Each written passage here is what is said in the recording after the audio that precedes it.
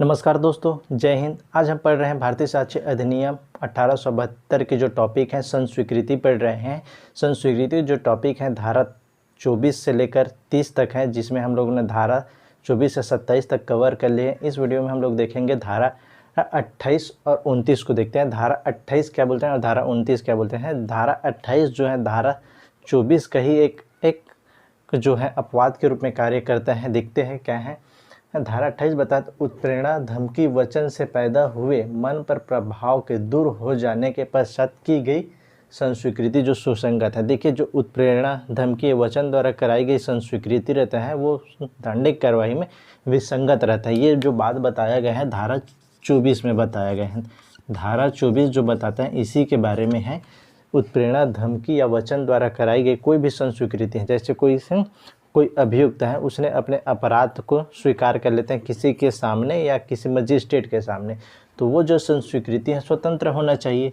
यदि उसे किसी उत्प्रेरणा धमकी या वचन द्वारा कराई गई है या न्यायालय को ऐसा प्रतीत होता है कि उत्प्रेरणा वचन द्वारा कराई गई है, तो वो जो संस्वीकृति होगा वो क्या होगा, दंडिक कार्रवाई में विसंगत होगा।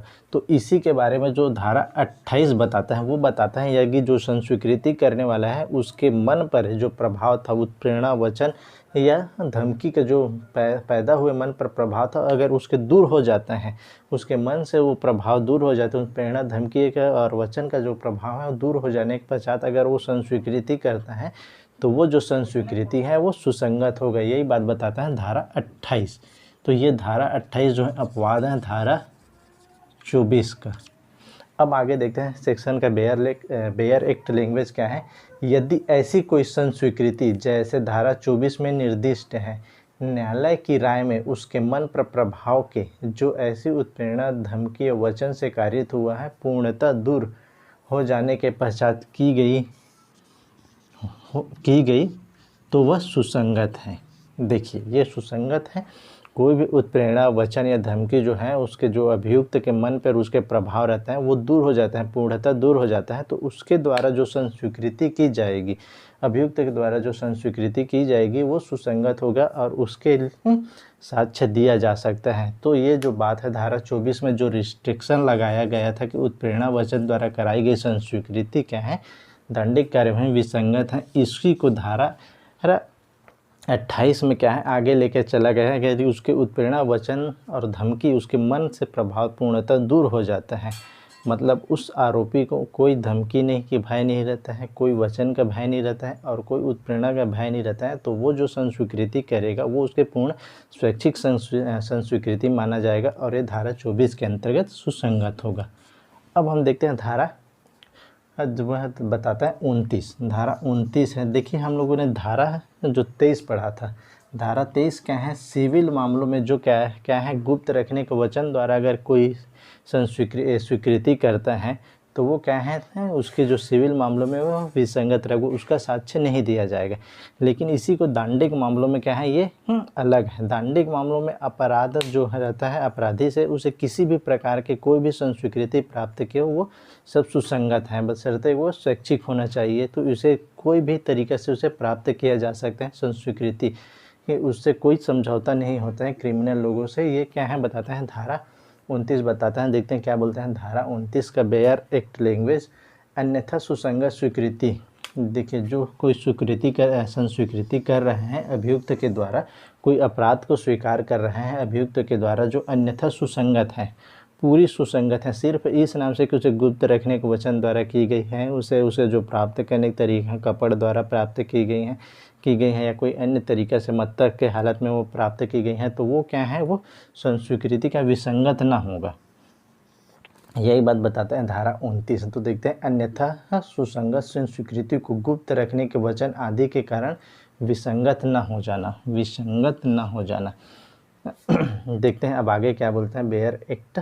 यदि ऐसी संस्वीकृति अन्यथा सुसंगत है तो वह केवल इसलिए कि वह गुप्त रखने के वचन, देखिए क्या है, गुप्त रखने के वचन के अधीन या उसे अभिप्राप्त करने के प्रयोजनार्थ अभियुक्त व्यक्ति से की गई प्रवंचना के परिणाम स्वरूप या उस समय जबकि वह मत था की गई थी, अन्यथा इसलिए कि वह ऐसे प्रश्नों के उनका परिणाम रूप कैसा ही क्यों न रहा हो, उत्तर में की गई थी, जिनका उत्तर देना उसके लिए आवश्यक नहीं था, अथवा केवल इसलिए कि उसे चेतावनी नहीं दी गई थी, ऐसी स्वीकृति करने के लिए अबाध नहीं था, और कि उसके विरुद्ध उसका साक्ष्य दिया जा सकेगा विसंगत नहीं हो जाती। मतलब ये जो धारा बताता है, जो क्रिमिनल में जो संस्वीकृति है, कहीं भी अगर वो धारा संस्वीकृति है, सुसंगत है, तो उसे सिर्फ इस नाम से वो जो संस्वीकृति किया गया है कि वो गुप्त रखने के वचन के द्वारा किया गया है। जैसे कोई अभियुक्त आरोपी या किसी व्यक्ति को बताता है, मैं पूरे अपने अपराध को स्वीकार कर रहा हूँ, तो इस बात को आप मेरे से गुप्त रखोगे, किसी अन्य को नहीं बताओगे। तो ये जो संस्वीकृति करेगा किसी व्यक्ति से, वो गुप्त रखने के वचन के सामने सिर्फ ये क्या होगा, विसंगत नहीं होगा। जैसे कि ये क्या है, आरोपी है, ये क्या आरोपी, इससे क्या है संस्वीकृति करता है, ये आरोपी है ए, और बी इससे संस्वीकृति करता है। तो ये जो आरोपी है इससे बी से कहेगा कि आप मैं अपने सारी बात आपको बताता हूँ, आप किसी को ना बताइए, ये गुप्त रखेगा है, ऐसे करके ये बोलता है। तो ये जो इससे की गई संस्वीकृति है, ये इस वचन के वो गुप्त रखेगा, इस नाम से ये क्या है, विसंगत नहीं होगा। गुप्त रखने के वचन के कारण ये क्या है, उसे संस्वीकृति करेगा, इससे वो क्या है, विसंगत नहीं होगा। अब देखिए क्या है, अगर कोई संस्वीकृति है तो उसे कपट द्वारा प्राप्त की है, प्रवंचना करके अगर किसी अभियुक्त से प्राप्त की जाती है, तो वो भी संस्वीकृति क्या होगी, वो पूर्ण संस्वीकृति माना जाएगा। देखिए जो क्रिमिनल अपराध में क्या होता है, क्रिमिनल में कोई भी अगर आरोपी है, उसे किसी भी प्रकार की संस्वीकृति प्राप्त किया जाता है तो उसे विसंगत नहीं होगा। लेकिन क्या है, अगर इसी को हम लोग धारा 23 में अगर सिविल मामलों में देखें, 23 में तो क्या है, गुप्त रखने के वचन के कारण क्या है, उससे क्या विसंगत हो जाते हैं। क्यों, सिविल मामले में पक्षकार को न्यायालय के बाहर समझौता करने का अवसर दिया जाता है, लेकिन क्रिमिनल में क्या होता है, आरोपी से कोई समझौता नहीं किया जाता है, उसे किसी भी प्रकार से उसके अगर अपराध को स्वीकार किया है तो वो सुसंगत होगी, बशर्ते कि क्या है, वो सुसंगत होना चाहिए। उसकी स्वीकृति अगर किसी अन्य धाराओं के अंदर वो विसंगत है तो वो क्या हो जाएगा, वो विसंगत ही हो जाएगा। या अगर वो स्वीकृति सुसंगत है तो सिर्फ इस नाम से कि उसे गुप्त रखने के वचन द्वारा उसे की गई है तो वो विसंगत नहीं होगी। दूसरी बात है, अगर किसी आरोपी से जो है उसे प्रवंचना के माध्यम से अगर उसे स्वीकृति प्राप्त की है, किसी को धोखे में देकर आरोपी को संस्वीकृति प्राप्त की गई है, तो वो जो संस्वीकृति होगी वो भी क्या होगी, सुसंगत ही होगी, विसंगत नहीं होगी। अब जो इसका बात बताता है, यदि वो प्रश्न उत्तर के में प्राप्त की गई है संस्वीकृति, अगर ऐसे प्रश्न उत्तर में प्राप्त की है जिसका उत्तर देने के लिए वो अबाध नहीं है, तो भी क्या है, वो संस्वीकृति ही होगी, वो विसंगत नहीं होगी। इसी प्रकार है, यदि है यदि क्या है कि वह व्यक्ति जब वो मत्ता के हालत में, जैसे शराब के नशे के कारण कोई व्यक्ति आरोपी उसने सारी बातें अपने स्वीकार के लिए, अपराध के मत्तता के हालत में जब वो नशे की स्थिति में है, तो उसने अपने शराब के नशे में पूरी अपराध को स्वीकार कर लिया, मैंने यहाँ ऐसे मारा है। तो ये अगर उसकी मत्तता की स्थिति में है तो उसको किसी भी प्रकार का ना तो कोई उत्प्रेरणा धमकी दी गई है, ना तो वहाँ पुलिस है, ना तो उसे किसी प्रकार के है, तो वो सिर्फ मत्ता की स्थिति क्या है, उसकी स्वैच्छिक क्या है, संस्वीकृति है, और वो सिर्फ मत्ता के कारण था, इस नाम से वो क्या है, विसंगत नहीं होगा। उसने मत्ता की स्थिति में जो स्वीकृति करेगी वो भी क्या होगी, सुसंगत होगा। इसी प्रकार अगर कोई अभियुक्त है, उसे बिना चेतावनी के आप संस्वीकृति कर रहे हो या ऐसी संस्कृति के आप आबाद नहीं हो, ऐसा चेतावनी के पूर्व भी अगर वो आरोपी है संस्वीकृति करता है, तो वो जो संस्वीकृति रहेगा, अपराध को स्वीकार करेगा, वो भी क्या होगी, दंडिक कार्यवाही में सुसंगत हो गए। उसके बिना चेतावनी के भी उसे संस्वीकृति लिया जा सकता है। इसी प्रकार एक केस है जिसमें हम लोग देखते हैं आर बनाम मकसूदन। इस केस में क्या हुआ था, 2 आरोपी था।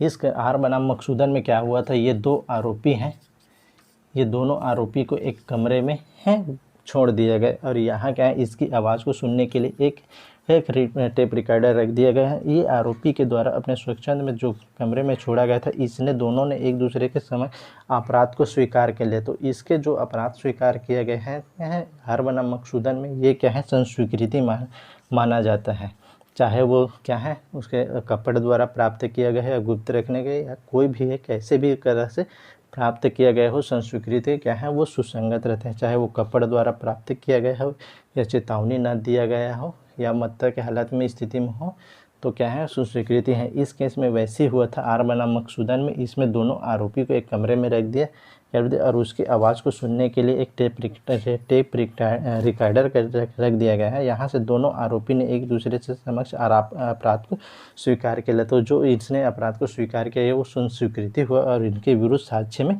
दिया जा सकता है। और इनके द्वारा यह नहीं किया जा सकता कि हमको चेतावनी नहीं दिया गया था, हम संस्वीकृति करने के लिए नहीं था। तो ये जो आरोपी है किसी भी तरह के उससे संस्वीकृति प्राप्त किया जा सकता है।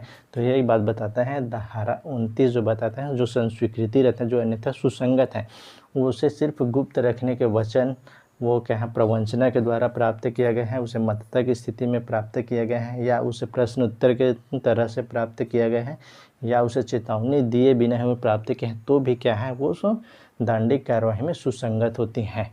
तो इस प्रकार हम देखे हैं धारा 28 और धारा 29। अब हम देखेंगे धारा 23। धन्यवाद।